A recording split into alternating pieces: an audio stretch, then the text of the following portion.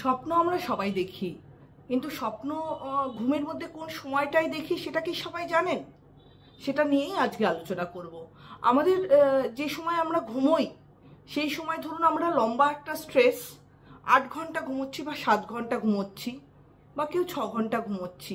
তো এই ঘুমের মধ্যে কতটা টাইম আমাদের সাউন্ড স্লিপ হয়, কতটা টাইম কোন সময়টায় আমরা স্বপ্ন দেখি।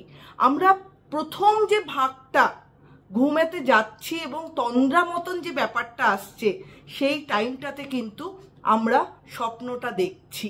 তাহলে কি আমরা জেগে জেগে স্বপ্ন দেখছি? না, আমাদের ওই স্টেজটাকে সাইকোলজির ক্ষেত্রে বলা হয় আলফা স্টেজ।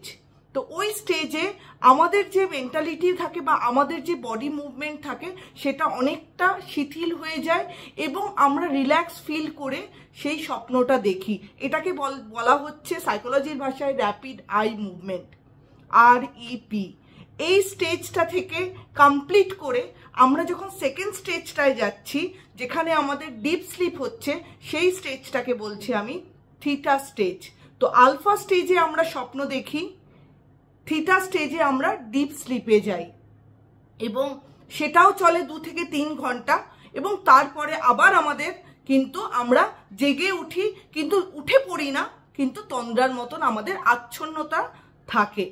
এই যে এই লেভেলটা কিন্তু আমরা স্বপ্ন ঘুমোই আমরা ঠিক, কিন্তু 2 থেকে 3 ঘন্টা। আপনারা যারা স্মার্ট ওয়াচ পরেন তারা দেখবেন যে রাতে আপনি কতটুকু ঘুমোচ্ছেন। ঘুমোতে হয়তো যাচ্ছেন লং ডিস্টেন্সে যে 6 ঘন্টা বা 7 ঘন্টা আমি ঘুমোবো, কিন্তু তার মধ্যে আপনি দেখবেন আপনার ঘুম হচ্ছে 2 থেকে 3 ঘন্টা। এটা হচ্ছে আপনার ডিপ স্লিপ। প্রথম যে পার্টটা, যে আলফা ফেজটা, সেই ফেজে কিন্তু আমরা স্বপ্ন দেখি। কাজেই স্বপ্ন দেখা কিন্তু আমাদের দৈনন্দিন একটা স্লিপের একটা পার্ট হিসাবে কাউন্ট করা হয়। তো স্বপ্ন দেখুন, অন্যকে স্বপ্ন দেখতে হেল্প করুন, নিজে ভালো থাকুন। স্বপ্ন দেখলে পর মন মেজাজ সবই ভালো থাকে। তো ভালো থাকবেন। আর ড্রিম অ্যানালিসিস এরপরে আমি আপনাদের যদি দরকার হয় আমি আরও আলোচনা করব। তো ভিডিওটা ভালো লাগলে একটা লাইক অ্যান্ড সাবস্ক্রাইব করে দেবেন। সবাই ভালো থাকবেন, সুস্থ থাকবেন। নমস্কার।